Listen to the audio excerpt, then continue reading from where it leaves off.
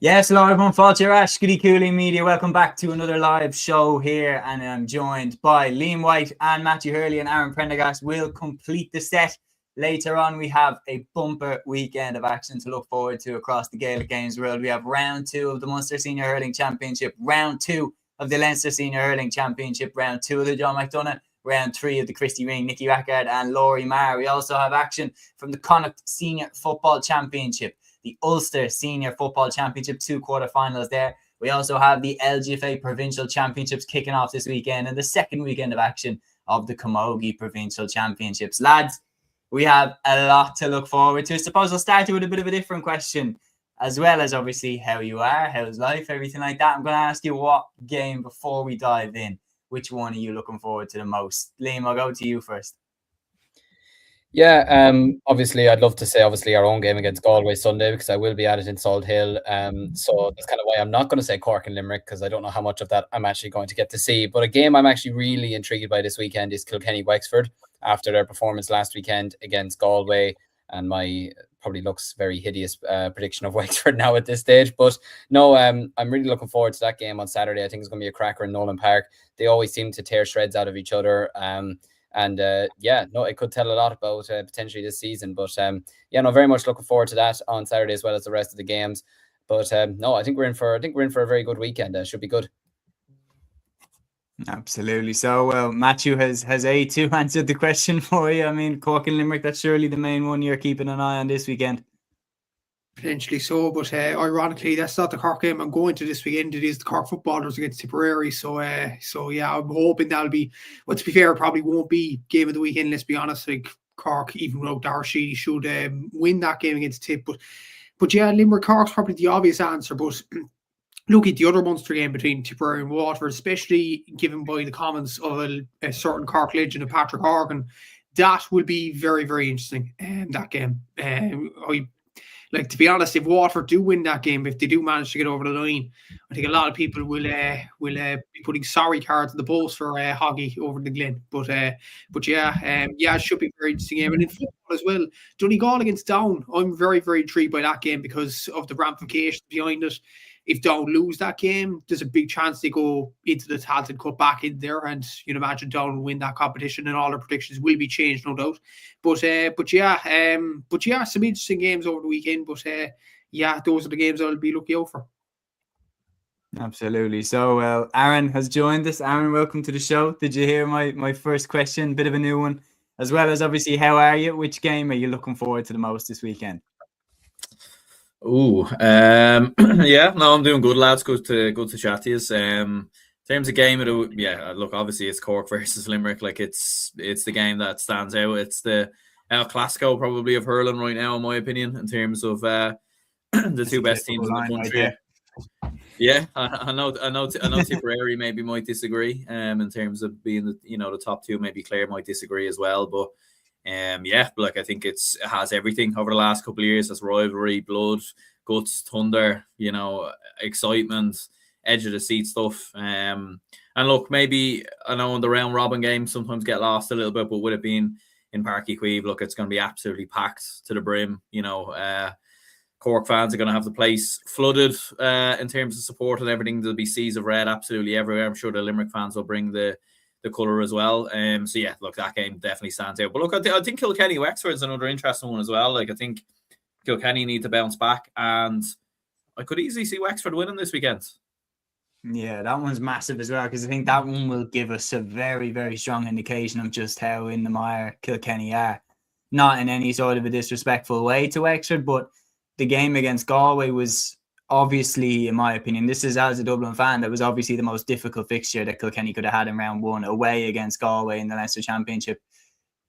But if they lose a home game to a team that they would be favourites going in against, then we have a good idea that things really aren't good for the Cats this year. So time will tell. Tom here saying the battle of the weekend will be in Castlebar, obviously the clash between Roscommon and Mayo. Ryan here saying Wexford versus Kilkenny, massive for the Leinster Hurling Championship. Wexford have always put it up to Kilkenny and have a great recent record over them. I know well, Ryan, because every time the Dublin need Kilkenny to win, Wexford win. A2 says if Kilkenny lose to Wexford, they may as well start playing football. Well, we're going to start off not We're going to start off with hurling. And Aaron, the El Clasico of the game right now. And I mean, all eyes will turn to this. But we've got a healthy number watching again, everyone. If anyone has any comments or questions or wants to drop in their opinion of what games they're looking forward to the weekend or anything they want us to discuss, drop it in the live chat and we will come to it. Obviously, we've had some comments in there about Dara Craig's red card holding up, which we'll get to. But things like that help us to shape the episode so that you get the talking points you want discussed by us. So we're going to start off with, of course, the clash everyone has their eyes on this weekend. Cork versus Limerick, Sunday at 2 p.m. in Páirc Uí Chaoimh, live on RTE. It's round 2 of the Munster Senior Hurling Championship. It's the battle of two teams who never, ever, ever fail to deliver. Matthew, speaking from a Cork fan perspective, obviously myself, Aaron and Liam have, got to enjoy these clashes from a neutral standpoint. We don't have a horse in the race. But when you're in it and when it's your team, how different is it? It's been many people might call it a rivalry, but it has been one-sided since the start of 2025, really. Because Cork haven't beaten Limerick in a competitive game since the All-Ireland Semi Final in 2024, which is a mad stat to think.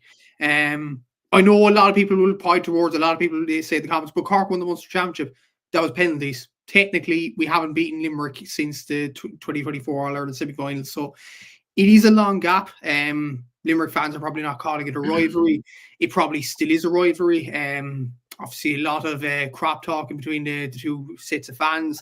I see on X or Twitter or whatever you want to call it that Limerick fans are going after Cork fans for buying out the train tickets on Irish Rail and all of that stuff going on. And there's more stuff going on off the pitch than there is on the pitch. And yeah, it should be an interesting game. Like, Limerick performed well in the league, 6 wins in a row. They were absolutely sensational in their games. They've mixed the youth and the experience. They are going into the championship in a very, very good light, and they look a serious team. As for us, I don't know. There might be more questions than answers, to be honest. So I know we beat Tip, but let's be honest, it was a Tip team that was flat last Sunday. I wouldn't read too much into it. Still think there's a bit of work here to go. I know Cian Johnson mentioned on TikTok and he used my stats for this in terms of our puck outs that we improved on them, but it didn't seem that way in the first half. I thought the short puck outs didn't really work. Tip were closing us down. They got 7 points off turnovers in the first half. But then when we started to puck it down the field, we started to get more joy with William Buckley in front of his man. You had Barry Walsh there as well. You had obviously Darragh Fitzgibbon was more in the game in the first half, but Shane Barrett started to get into more of the game in the second half. More players started to get involved in the forwards, and that was a positive in many ways there. But if we produce the same second half performance, I think we could really put it up to Limerick this weekend. But if we produce kind of the lethargic first half performance that we did last Sunday, Limerick could eat us up. They are that kind of team. They are a very, very good side. I seen Cornelius said the comic, he's a very good TikToker from Cork. He actually tweeted this earlier saying that if Cork do win this weekend, it's going to put more pressure on the lads in terms of winning the All-Ireland, which I actually agree with. So would we be better off drawing or winning this game as well? Or losing this game rather? But I'd rather win this game. No. I'd rather win the game for the sense of just ending that hoodoo and getting a monkey off our back and just beating Limerick in a competitive game. But a lot of just more so you've no guarantee that you get a result against Clare or Waterford. Just did this Munster Championship, I just wouldn't trust it as far as I could throw it. I think take your wins when you can get them. Yeah, possibly so. Yeah, it's going to be an interesting game. A lot of narratives around it, and yeah, looking forward to it. But I would still have Limerick as favourites for this game. We've a lot of comments flooding in about it. Sean here saying Limerick are coming into this fresh and with a lot of momentum and know that they'll need to win. Cork have a win under their belt. You would back them at home, but Limerick will be a superior test. Clan Coleman here says 3 wins out of 3 this season if you include the Munster League. A2 says Cork need to put a marker down. There's a lot of comments coming in about the game. A lot of questions. Very good one here from Ryan saying, could the break suit Limerick? Liam, I'll go to you for that one because that's a narrative that we're having here. Owen asking as well, do we think that Decky Dalton should be in the Cork squad? I do. I think he definitely adds something to it, and his ability to play at full foot in the full forward line along with the half forward line as long frees. I think there definitely is something in there for Cork. I think he's a fabulous player. But and then we have to give a shout to this as well.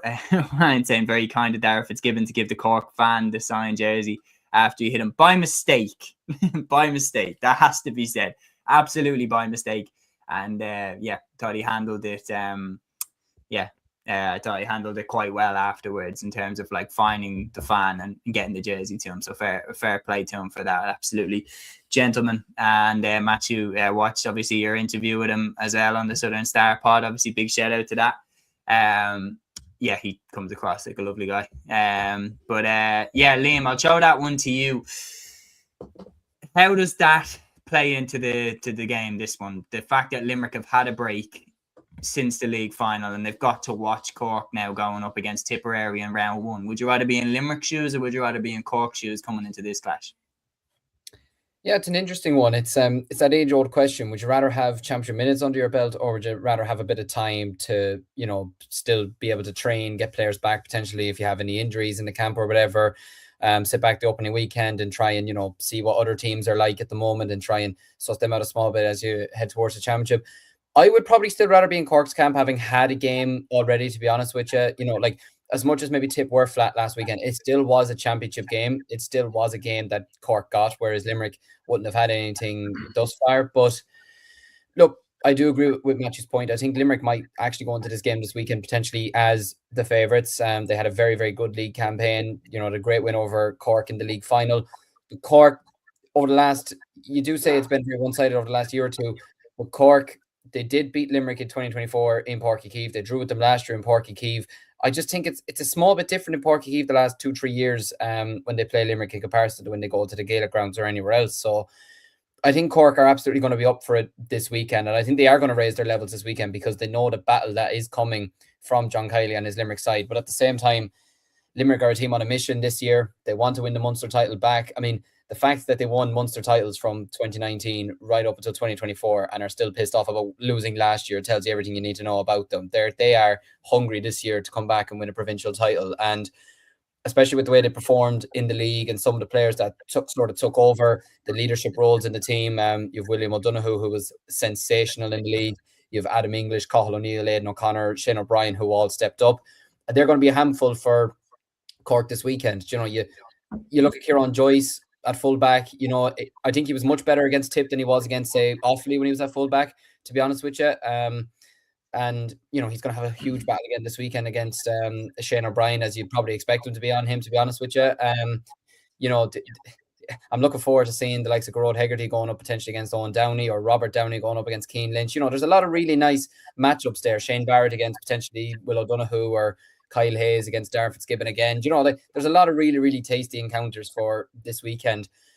These two, like you said, they never, ever disappoint when it comes to entertaining us. They've had some incredible games. I mean, I think the most disappointing game they've had in the last 2-3 years was probably the league game last year. But in fairness, it was a league game at the end of the day. And it still brought the dramatics after the incident with Seamus Flanagan and all that. So there was still a big talking point afterwards. So I think there's going to be blood and thunder this weekend. I think Cork are going to come out the gap absolutely firing. But then Limerick I think it could be similar to how the game in 24 sort of went. Cork will come out the blocks firing. Limerick will come back into the game.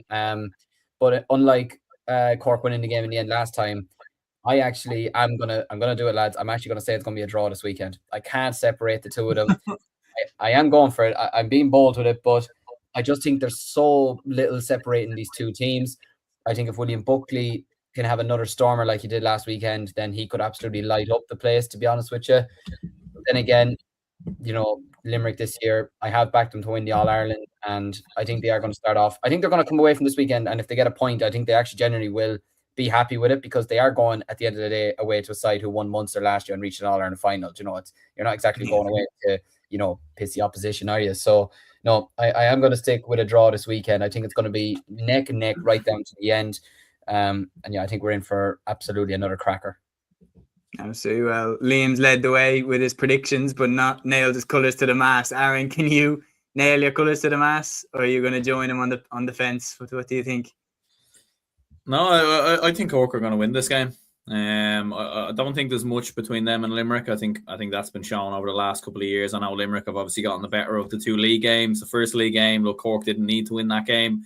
they were resting players and everything else. And then obviously with the league final, Limerick got the better on that occasion. But as we've seen in recent years, obviously Cork got the better in 2024 last year. 2025, it was a draw up until the penalties. So very, very little between them. And I think in Páirc Uí Chaoimh, I think the want will be there a little bit more so from a Cork perspective. I do agree with Liam's points as well. I think defensively, that's been one of the big things with Cork that they've really improved on so far under Ben O'Connor. Obviously putting Kieran Joyce in a fullback, whether they intended to do that originally, I'm not sure, but obviously they had a couple of injuries in that position, so that was one of the main reasons why they kind of put him in there. But yeah, we know how good Cork have been in terms of attack, but the question marks have been defensively in recent seasons in terms of.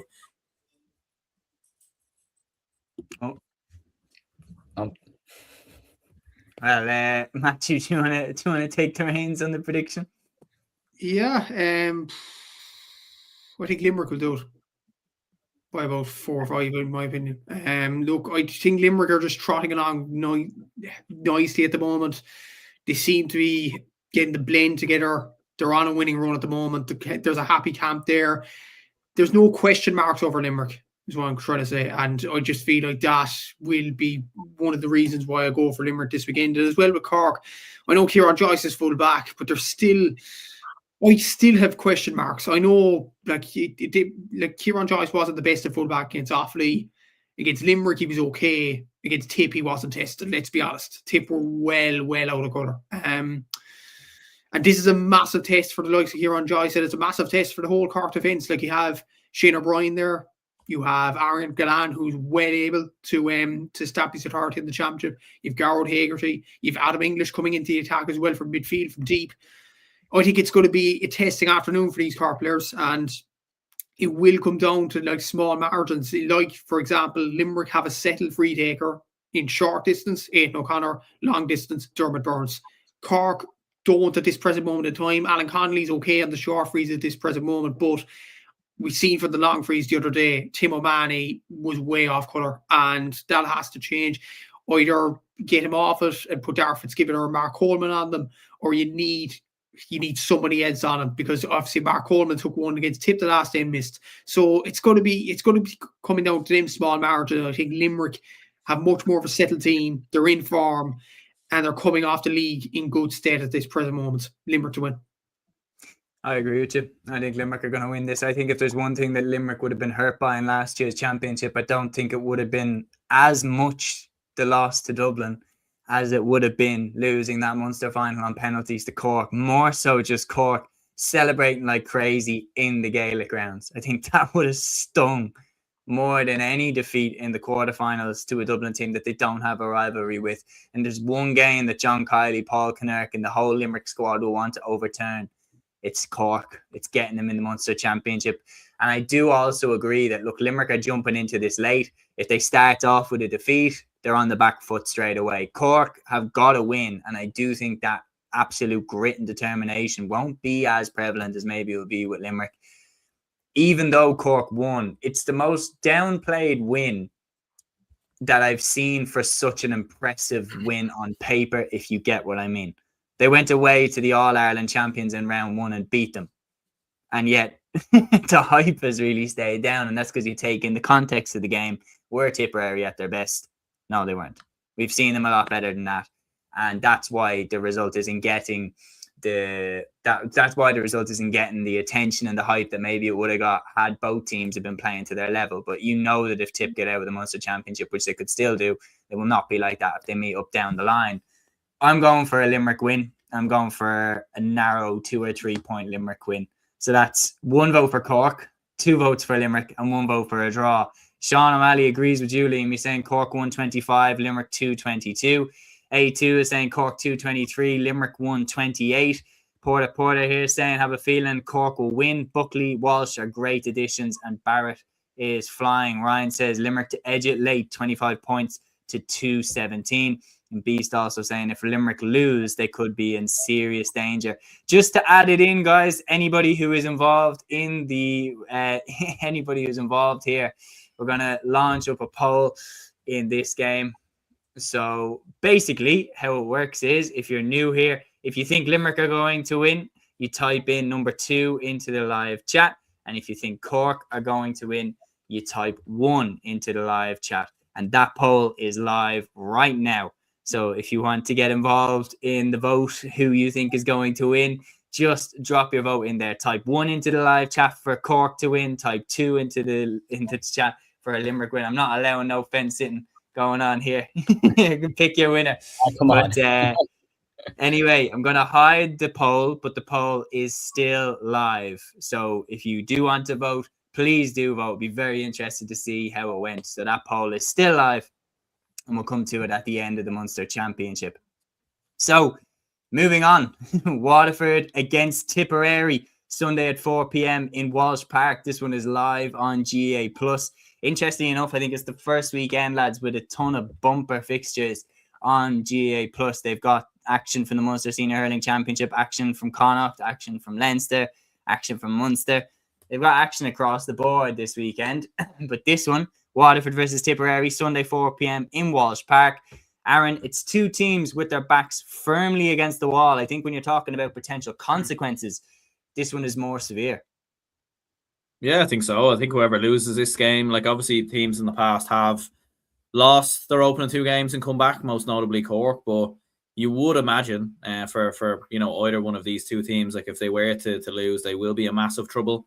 In my opinion, like I think it's a real banana skin game for Tipperary in particular. Like I thought they looked very flat versus Cork, never really got out of third gear.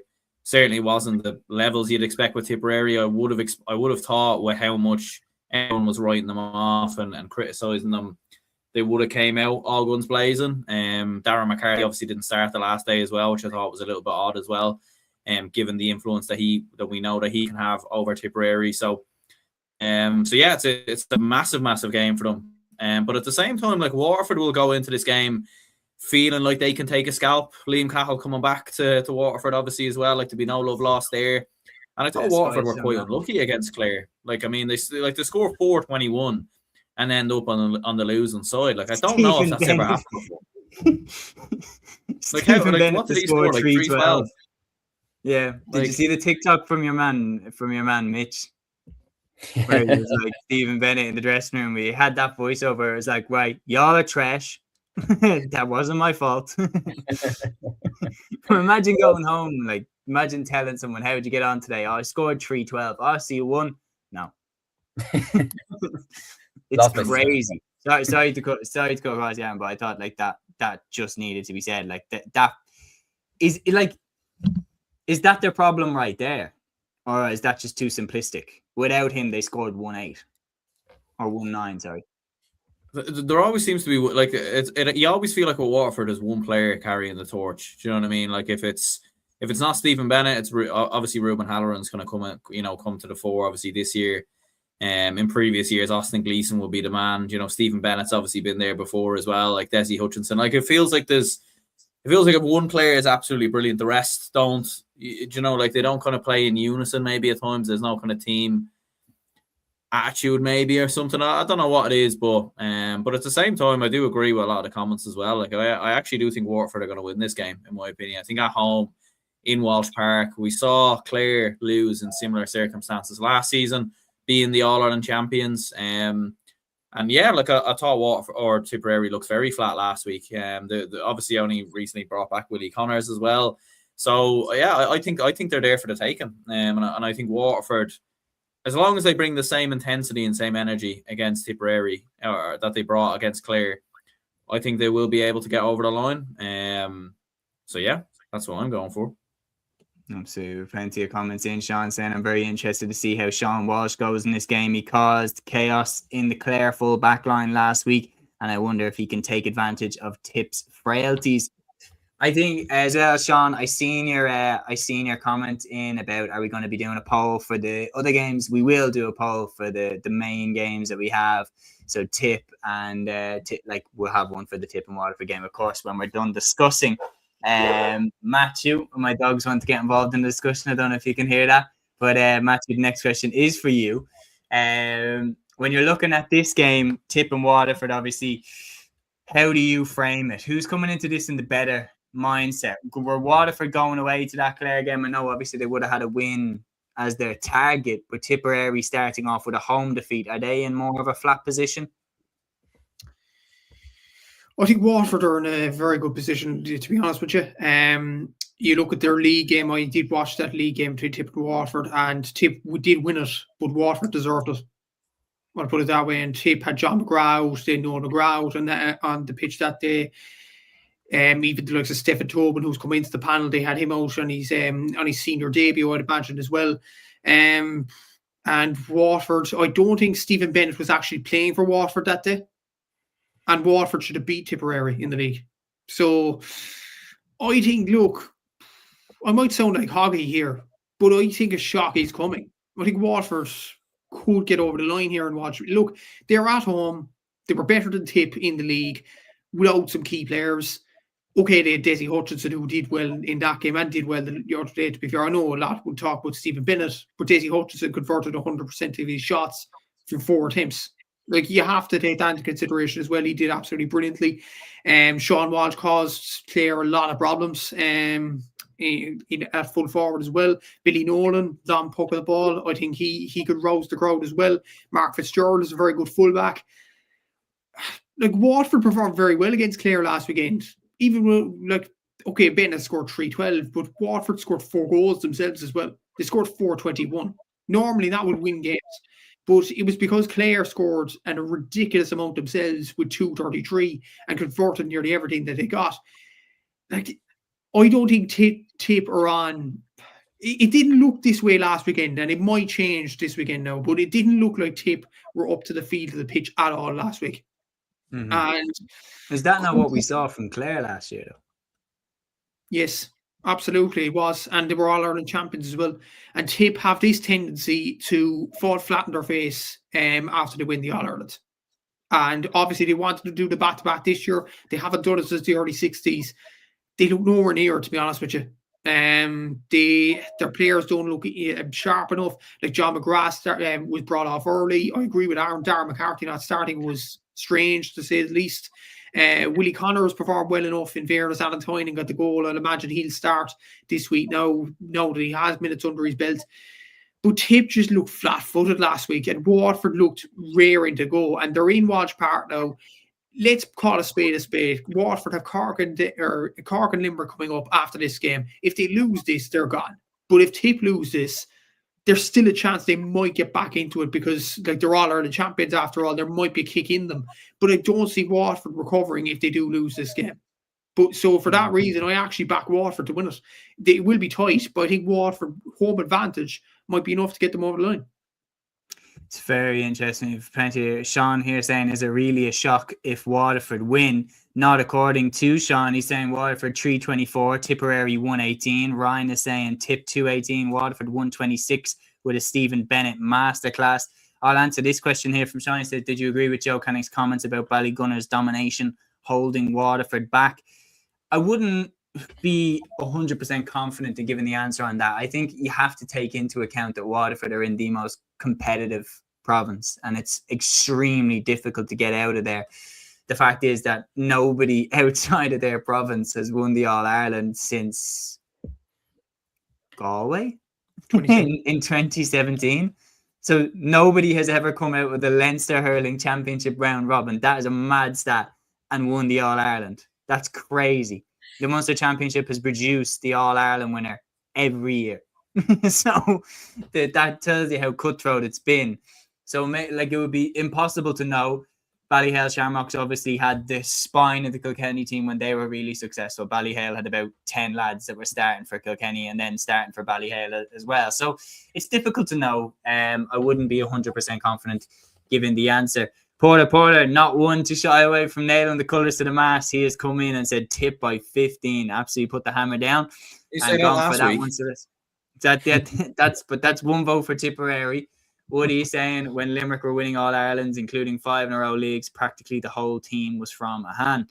And Sean also said Cross McGlenn were dominant in Armagh for a long time before 2002. I do think having more teams competing at the top is important. Like when you're seeing how Mount Sion were beaten very handy by Ballygunner, it's not a good omen. And then Ballygunner's B team winning the championship under the top level in Waterford, that's not a great sign. But yeah, I do think it's interesting. It's an interesting debate. But looking at this game, like personally, who have I not shown? Liam, I haven't shown it to you yet in this game. Are we vastly, like as a collective, are we vastly underestimating Tipperary here? Are people running a bit too fast with this? Possibly so. For me, I just can't see the tip forwards being as bad this weekend as they were last weekend. I think last weekend was the worst I'd seen a Tipperary forward line perform. I think given the basis what was it? Two Matthew, you had the stat, was it 4 shots from play or something? 4 shots from play in the second half, yeah. Yeah. 4 shots from play in the second half is crazy bad for a forward line with that much talent. Yeah, like I just can't see it being that bad again, to be honest with you. Like they were a shadow of themselves last weekend compared to what they were last year. I think even listening to the RT podcast earlier, Shane McGrath saying that he'd heard that Darren McCarthy had a small bit of a shoulder injury, so they were still trying to mind that. Maybe that's why he didn't start. But then my theory always is if he's fit enough for the bench, then surely he's fit enough to start. You know, but then again, that's an argument for another day. But we probably are underestimating Tip to a small bit. Look, it was a bad game last weekend. But then you look at Clare last year, they came back and drew with Cork in dramatic fashion last year. We're probably unlucky not to win it in the end in Ennis, and then they fell flat on their face for the remainder of the championship. Tip could be doing the opposite this year. They could be flat in the first round and then go out and win their next 3 games comprehensively, and we could be looking back in a couple of months going, what were we talking about? Do you know what I mean? It's that classic thing of, you're thinking about recency stuff, to be honest with you, because if I really wanted to go with recent stuff, then I probably would be saying Cork would win this weekend because they won last weekend. Do you know what I mean? Or you could easily be saying Limerick will win this weekend because they bet Cork a couple of weeks ago. But for me, look, I think Waterford will put up a big battle this weekend. They have home advantage. They have always made Walsh Park a difficult ground to go to, in the Munster Championship, to be fair. Like, even if they haven't won a load of their games there, they still have made it difficult for teams. I just can't see Jake Morris, Andrew Ormond, Jason Ford from play and John McGrath being as bad as they were last weekend, to be honest with you. And I don't think Liam Cahill and his backroom team will even allow it, to be honest with you. I think they have to step it up this weekend. And I think Darren McCarthy will start. Look, it was a tough debut in the championship for Stephen Tobin, to be honest with you. I think he is a fabulous hurler, to be fair. He's still playing under 20, and I think he has a good career ahead of him, but it was a manic game to throw him into, first round of the championship. But I think he will come good. If he could come on this weekend and get 2 or 3 points, get a goal or something, and that could be the kickstart of for his career that he needs. So I think Tip are going to respond this weekend. I just think Waterford just aren't at the level of everyone else in Munster, despite how bad Tip were last weekend. I think there is an over-reliance on the likes of Bennett and potentially Desi Hutchinson as well. Like Hutchinson, when he gets an opportunity, he absolutely scores them. But he wasn't given the ball a lot against Clare. That was the problem. And I think that could be a similar issue again this weekend, especially when you have the likes of Breen and Doyle potentially marking him. Does Brian O'Mara drop back to mark him? And it becomes an even bigger issue then. So, I think a bit like Wexford, I think Waterford are just a small bit too reliant on Bennett at the moment to sustain a mountable sort of challenge. So, I actually think Tipperary are going to win this weekend. I just can't see their forwards being as bad as they were last weekend, and I think they're going to pick it up on Sunday. So I'm going to go with Tip to win this game by 6 points. Okay. Has everybody decided? Aaron, have you picked? Matthew, you've gone for Waterford. Aaron, you've gone for Waterford. I'll make it interesting. I'll go for Tip. Yes. I'll go for Tip. We'll go for a split on this one. But lads, we're going to bring back actually a favourite from the past on the show here. Remember our Call It series? I think it's a good time to bring it back maybe for the Munster Championship here. We'll start off with the first game just to remind anybody who's only joining us now which way we've gone. But I think it's always a good bit of fun. So let's go. Munster Hurling Championship Round 2, Call It. Starting off, Cork versus Limerick. Aaron will go anti-clockwise, sorry. Aaron, Cork or Limerick, what are you saying? Cork. Matthew? Limerick. Liam? Draw. And I'm going with a Limerick win. Next up, Waterford versus Tipperary. I'll start this time. I'm going with Tipperary. Liam? Tipperary. Matthew? Waterford. Aaron? Waterford. Very good. Are we going to set up the live poll? That's what we're going with in round 2 of the Munster Senior Hurling Championship for 2026. And I will set the poll live now for anybody who wants to get involved. Just to remind you, this is what the results are. I wonder, lads, what you make of this. This poll is finished. 67% of respondents said that Limerick are going to win in Páirc Uí Chaoimh this weekend. 33% of respondents, said that Cork are going to come out on top in that one. So starting off the new poll, winner in this game for anybody who has joined or joined late and hasn't done this poll with us before. Basically, with this poll, which is about to go live, you type in 1 into the live chat if you want to vote for Waterford to win this game, and you type in 2 into the live chat if you want to go for Tipperary to win this game. The poll is live, and if you want to get voting there, you absolutely can, and please do.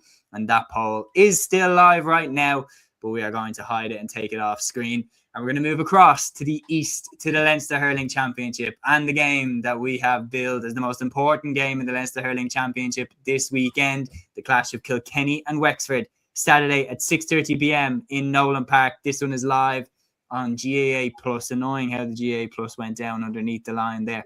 But Liam, I'm going to come to you for this one first. Obviously, you're quite close to Kilkenny, of course. What are you expecting from your local rivals? And then, of course, Wexford going away to Nolan Park. Two teams who badly need this win. Wexford obviously started off with victory against Kildare, but didn't look $1 million doing it. Kilkenny, on the other hand, had a horrible day out the last time against Galway. They need a bite back, especially in front of their home fans. Yeah, I don't really know if we can call Kilkenny rivals considering where we've been the last 20 years and where they have been, but I appreciate you still having faith in us anyway. But yeah, this weekend, this is a huge game. This is the biggest game in the Leinster Championship so far this season. Just in terms of like, for Kilkenny, if they don't win this weekend, then people will be calling for Derek Ling's head. There's no doubt about that. And it is a shame. Like, I've met Derek Ling. He's actually a lovely fella, and he's very, very passionate about hurling. And look, we make the comparisons with taking over from Sir Alex Ferguson at Manchester United, but it is similar to a degree, to be honest with you. Taking over from a dynasty of Brian Cody is never going to be simple. Even if, Eddie Brennan or Henry Shefflin had stepped in at the role immediately afterwards, it was never, ever going to be simple to take over from Brian Cody. But Kilkenny just don't look the same team as they did even from the All-Ireland final 4 years ago against Limerick. They just don't look the same team. Look, Hugh Lawler being out, you could see it last weekend. Massive, massive miss. Billy Ryan being out. Like, their defence last weekend was just absolutely torn to shreds. I like Paddy Deegan as a hurler. I absolutely do. I think he has so much to give for, not just for Kilkenny, but for his club as well. But he's not a cornerback. And the moment I saw Rory Burke spin him last weekend, I just knew he was in bother. And I felt sorry for him, to be honest with you, because I don't think it is his position personally. And that's something that Kilkenny are going to have to work on this weekend going up against Wexford. Look, there's much like Cork and Limerick, there's always cut and throat between these two sides. They love going up against each other, tearing into each other. Wexford, they love playing against Kilkenny. I mean, they bet them last year, albeit it was very much a second string Kilkenny team. Like, I mean, they had Adrian Mullen at centre back, which you just never see on any other given day, if Kilkenny were actually serious about winning a game. But the game being in Nolan Park, if Kilkenny, like, whatever about losing last weekend in Pearse Stadium, if Kilkenny were to lose their home games, then they'd be in real bother then. And if they lose this weekend, I think they could potentially be kissing a Leinster final goodbye, and it'll be then down to a thing of, we got to make sure we get third spot in Leinster, which is not a predicament that they absolutely would have wanted to have been in at the start of the season. There's an over-reliance on TJ at 38, 39 years of age, which you just don't need at this age. Look, is he still a fabulous hurler? Absolutely. Will he go down as one of the best of all time? Of course. But you can't keep relying on him, and even to the same degree, Owen Cody for every single game. Cian Kenny had a few good games in the league campaign as well, but you can't keep relying on those guys. Other guys have got to step up this weekend, and if they really want to prove themselves in Kilkenny jerseys and prove that they're serious about winning in All-Ireland this year, or being competitors at least, then they need to show up this weekend. Wexford, like you said, they weren't marvellous against Kildare. They got the job done. Bleed Chin again was doing his business. What was it that you said, Matthew? Was it 110 each from play that the game ended? Yeah. Like, that's absolutely insane. And I think Lee Chin got 112 out of their 122 as well. So It does show you that they are heavily, and like, I know I look a bit silly now saying that I thought they'd finish 6th, but I just think there is an over-reliance on Lee Chin, to be honest. I think if Lee Chin gets taken out of that Wexford team, I do worry for them, to be honest with you. Like just picture if Lee Chin went off injured this weekend and he was to miss the rest of the championship. I don't have confidence that Wexford will go and beat Dublin or beat Galway or even beat us, to be honest with you. So they need him fit. They need him firing this weekend. But it's a dangerous game always to write off Kilkenny. And for me personally, I'm not going to do it this weekend. I think they are going to edge it. I think they're going to ignite their season potentially again. But albeit with John Donnelly out as well, albeit he wasn't going great against Galway last weekend, that is going to be a big miss for them. But I think they're going to rally. I think they're going to come through it. But if I'm going to make a bold prediction, I think both teams are going to be reduced to 14. I mean, I don't think it's a bold prediction. Probably not. Personally, I agree. I think Kilkenny are going to bounce back and they're going to get the win. I think, like A2 says here, very good comment, says you got to be smelling blood if you're Wexford. I think they will be. I just think without Rory O'Connor, I just don't think that they have enough in the tank apart from Lee Chin and like the likes of Simon Roach. I don't think they have the firepower to really take advantage of the state that Kilkenny are in. To be honest, I don't know, would you agree, Aaron? I'd want to have Kilkenny right now. I think they're more vulnerable than they will be in round 5 because I could see them winning I could see a situation where they win their next 3 games and then going into that round 5 against us, they're raring to go. All of a sudden, we've got a live Kilkenny again, always at the worst possible time. I think Kilkenny are going to bounce back. I agree with Ryan's comment here. It's the all or nothing for Kilkenny and Ling. I think Kilkenny are going to win this game, but not very convincingly. I'm going to say Kilkenny by about 4 points, but like a game that's like very free, heavy, TJ banging over 12, 13 points from frees, that type of game. And I think Kilkenny get over the line and get themselves up and running on the board. Sean here says you would expect a Kilkenny reaction at the very least, which should be enough to beat a Wexford, who are a team in decline. I wouldn't have your head down, Liam. I think Offaly and Kilkenny are closer than they have been in the past, judging on last week's performance. I absolutely agree with that. And Ryan saying the stat that Matthew said last week about only one player scoring more than 2 points is damning. Woody saying, what's the average lifespan for an inter-county manager? Just like Henry Shefflin could come in potentially. And Sean is going for Kilkenny to win 123 to Wexford's 218. So Liam and I have both gone with Kilkenny. Aaron, is it 3 for Kilkenny? No, I think I'm going to get the fence out for this one and go for the draw. Okay. You know, like originally I was looking at backing Wexford, but I think it's also worth mentioning as well that Wexford themselves also haven't looked particularly brilliant this year as well. I know obviously they've beaten Kildare in the last 2 games and fairly comfortably enough as well, you'd say. But look, there is a gap, you know, between Kildare and some of the other teams, like with all due respect. And there is an over-reliance probably on Lee Chin, Simon Roach, to kind of do the business and everything else from a Wexford perspective. It is a weird one. Like Wexford do always raise their game against Kilkenny, though. They have always done in previous years when Wexford have needed results and needed wins against Kilkenny. They've often pulled it out of the bag. They're probably one of the only teams who have actually beaten Kilkenny up until obviously last weekend in the round robin in recent seasons. So that's kind of impressive enough from a Wexford perspective. But I do also agree with you lads as well. Like there does have to be a bite back from Kilkenny. There has to be something. It was a difficult one with the Galway game because obviously they got down to 14 men at the start of the second half. You know, that kind of wrote the game off after that. And then Galway were just pulling them apart left, right and centre, bringing players off the bench and killing them easily. So it was kind of hard to judge a little bit from a Kilkenny perspective in terms of their level of fight. But yeah, you would absolutely expect a response. But I think Wexford are going to smell blood also. And that's why I think it is going to be a highly entertaining game going back and forth. And yeah, I'm going to go for a draw. Okay, so a draw and 2 votes for Kilkenny. Matthew, what are you saying? Yeah, I'm going to go for Kilkenny.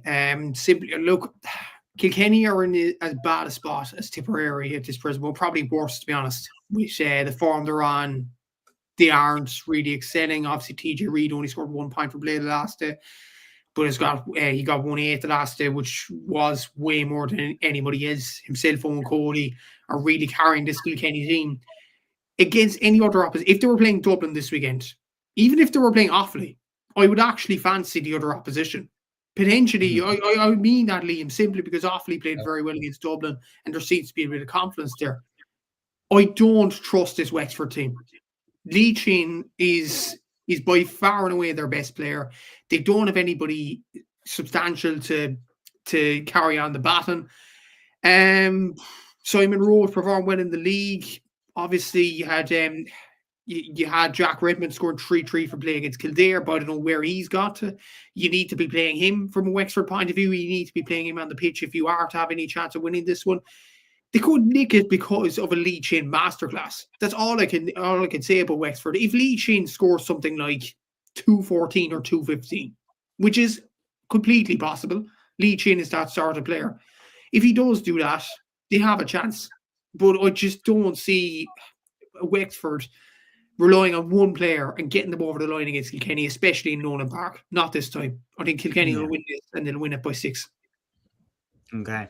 Do you know they've lost a lot of players in the last few years, though, haven't they, Wexford? Like, they've lost a lot. And it just kind of came to me again that, like, Rory O'Connor, just how big a loss he is. We've seen how immense he was with St. Martin's. Even players that they had, over the last 5 years that have left the panel, players like Matthew O'Hanlon, players like Conor MacDonald, like, these lads were the bedrock of Wexford side, and they kind of just quietly, one by one, slipped out of the team, and they're miles away, in my opinion, in terms of how many players are left now from the starting team that won that glorious Leinster title in 2019. It's a long time ago now. It's 7 years ago.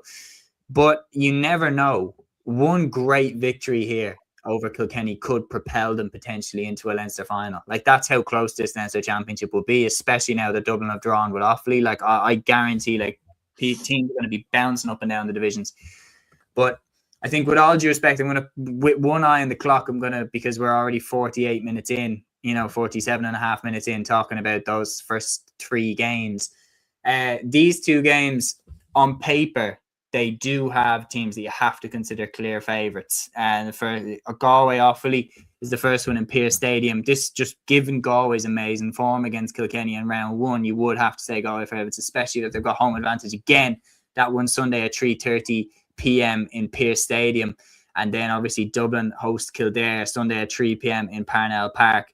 Even though Kildare looked great against Wexford, given the league result only a few weeks ago where Dublin put, 5 goals, Aaron, past Kildare in Parnell Park or something. It was a significant number of goals anyway. Off the top of my head, I can't remember exactly. You would have to say Dublin and Galway are favourites with this. But Liam, I'll go to you first. Obviously, your home county involved, going away to Pearse Stadium. After the showing against Dublin, do you think you can upset the apple cart in Salt Hill? Look, anything's possible in life, but I think realistically, Galway are the strongest team in Leinster right now. I don't think we'll be as bad against Galway as Kilkenny were. I will say that. I think there's a bit of confidence in this group at the moment. There was a bit of an over-reliance on TJ and Owen Cody, similar to how maybe there was a small bit of an over-reliance on Adam Screeney throughout the league for Offaly. But then you saw the difference that Charlie Mitchell, Shane Rigney made last weekend. Even Dan Burke had a savage game last weekend as well, scoring 3 points for place. So I think there's potential for Offaly to cause a bit of damage there. There's potential there for us to get a good scoreline. I think if we were to be within 7-8 points of Galway, I think we can come back out of this with a lot of positives. And look, Brecon Kavanagh went off at halftime last weekend. So did Carl King. Turgaina went off with a couple of minutes ago. I don't know if any of them are going to be fit. We'll have to wait and see. But at the same time, in fairness, Colin Spain came on, did all right. Kieran Burke came back and he had a savage game in the full back line as well. It was that bit of a boost and a bit of strength that we kind of... Now, does he need to learn how to shoot? Absolutely. I don't care if you're a full back. You need to learn how to shoot at inter-county level. But at the same time, it's good to have these players back. I'm excited to see what Mitchell and Screeney can do against his Galway defence as well, against the likes of Darren Morrissey, etc. In the full back line. I think that'd be an interesting battle. But you look at Nyland, you look at Rabbit, Conor Whelan. I like that forward line. I can't lie. Cathal Mannion the last day against us was absolutely...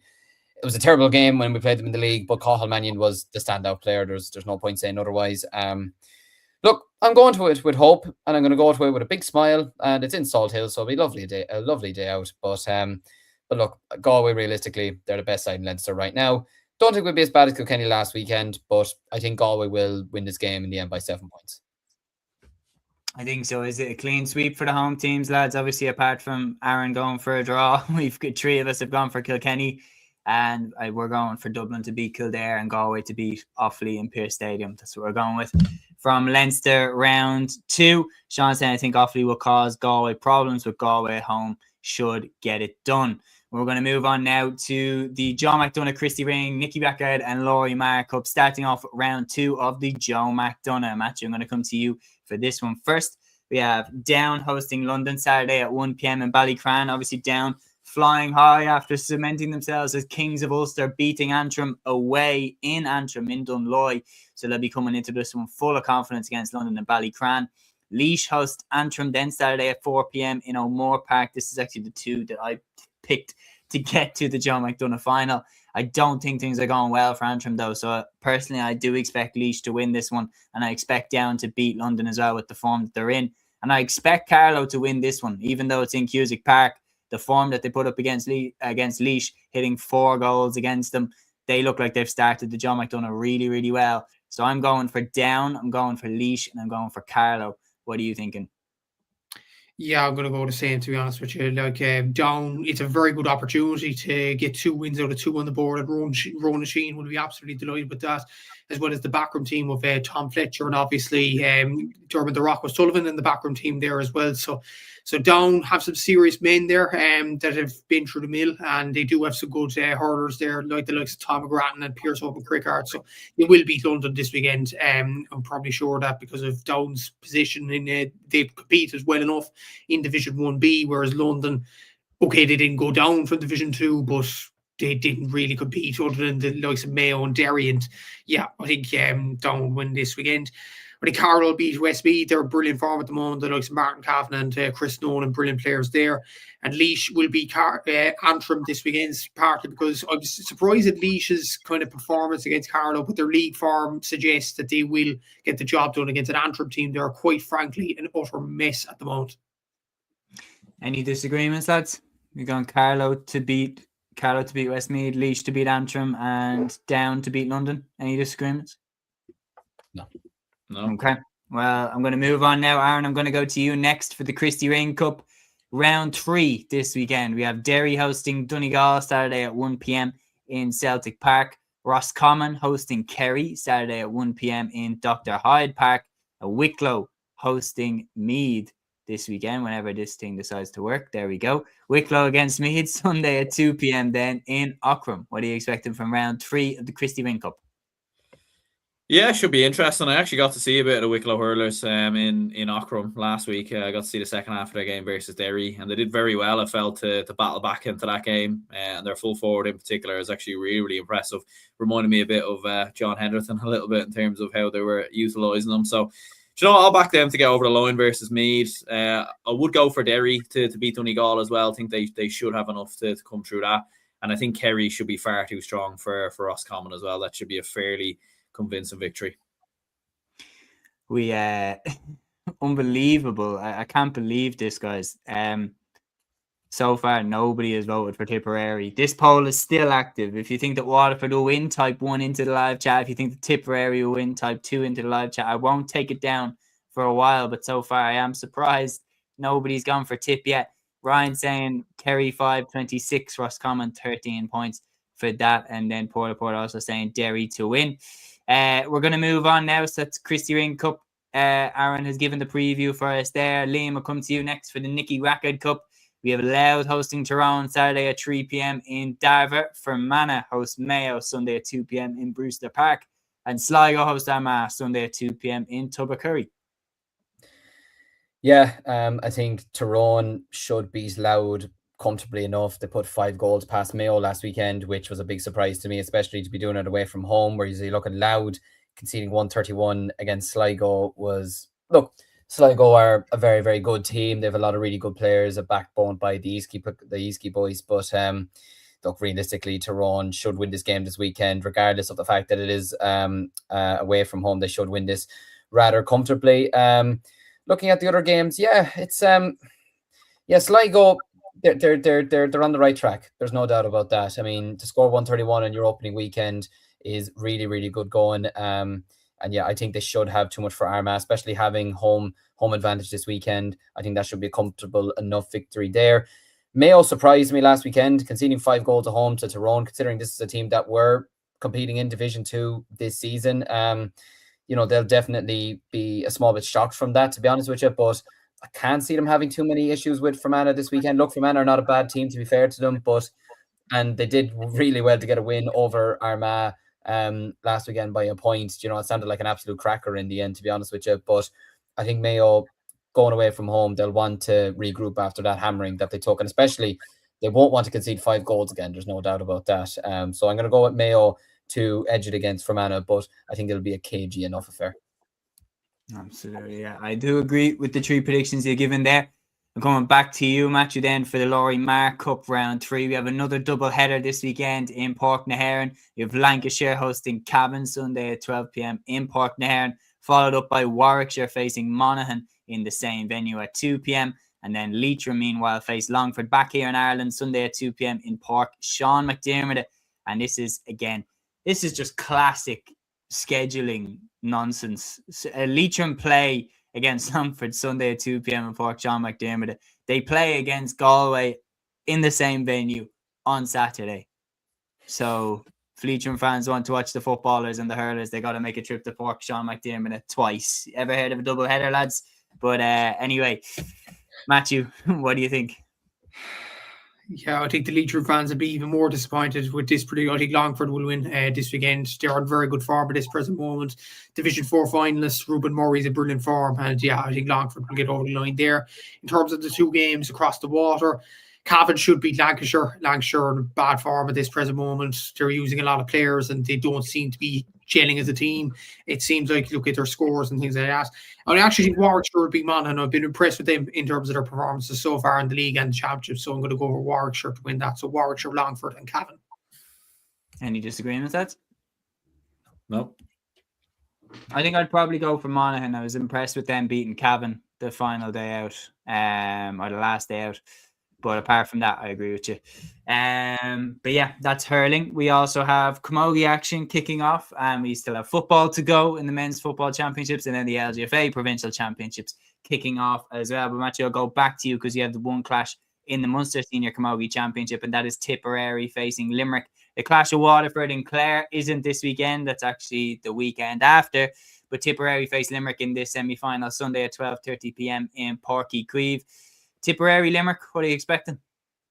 Yeah, this is a double header with the Limerick and Cork game. Obviously, if Cork got over the line against Tipperary, it would have been a Cork-Limerick double header in both, but obviously that didn't play out that way. Header? That's such a good idea. Someone tell Leitrim to do a double header. In this case, though, I don't know, is it a good idea because so the Limerick fans will already be there. Limerick fans will be there, but what about the Tipperary camogie fans? Yeah, that's true. They'll find a way. But no, I seen videos during the week saying it is a good idea in terms of the camogie because, like, in the Cork Tip game last weekend, in the second half in particular, a lot of people actually came in. It was about 30,000 that actually came in and watched the camogie. I've seen Keane Johnson talk about that. Yeah. I think just in general, especially now, especially with a cost of living crisis, with the petrol, the cost of fuel, everything, double headers have to be the way wherever we can. Yeah, absolutely. And it should be the way without a doubt. But look at the game overall, like Tipperary were competing in Division 1A, Limerick 1B. Limerick have a lot of exciting players. The likes of Stephanie Wolf and the likes of Donna Kenny and all them players. Like, they do have some decent individuals. Ava Larkin there as well. Like, they do have some good players that competed with UL in the Ashburn Cup, but the way Tipperary dismantled Cork last weekend and the way they have been performing this year, the likes of Clodagh McIntyre and Grace O'Brien, not just this year, but the previous few years as well, I fancy Tipperary to get over the line. I think they should do it pretty comfortably, regardless of how many fans are in the ground. I agree. I think Tipperary are going to win. I was very impressed and definitely caught my eye that they beat Cork, obviously, the final day out. And regardless of whatever form Cork are in, they're still one of the best sides in the country. So Tip have started with intent. I think they're going to win this game against Limerick and book their place in the Munster Camogie final, where I think, to be honest, they'll face Waterford. And that's a huge opportunity for both of those counties to kick off the year with silverware Aaron, I'll come to you next. We obviously have 2 Leinster Senior Camogie Championship semi-finals taking place this weekend. First of all, Wexford host Kilkenny on Friday at 7:30 p.m. Dabbling with a bit of Friday night Gaelic games action. And that one taking place obviously at Wexford Park. Then on Saturday at 3:30 p.m. Dublin host Carlow in Parnell Park at 3:30 p.m. What are you expecting from these two?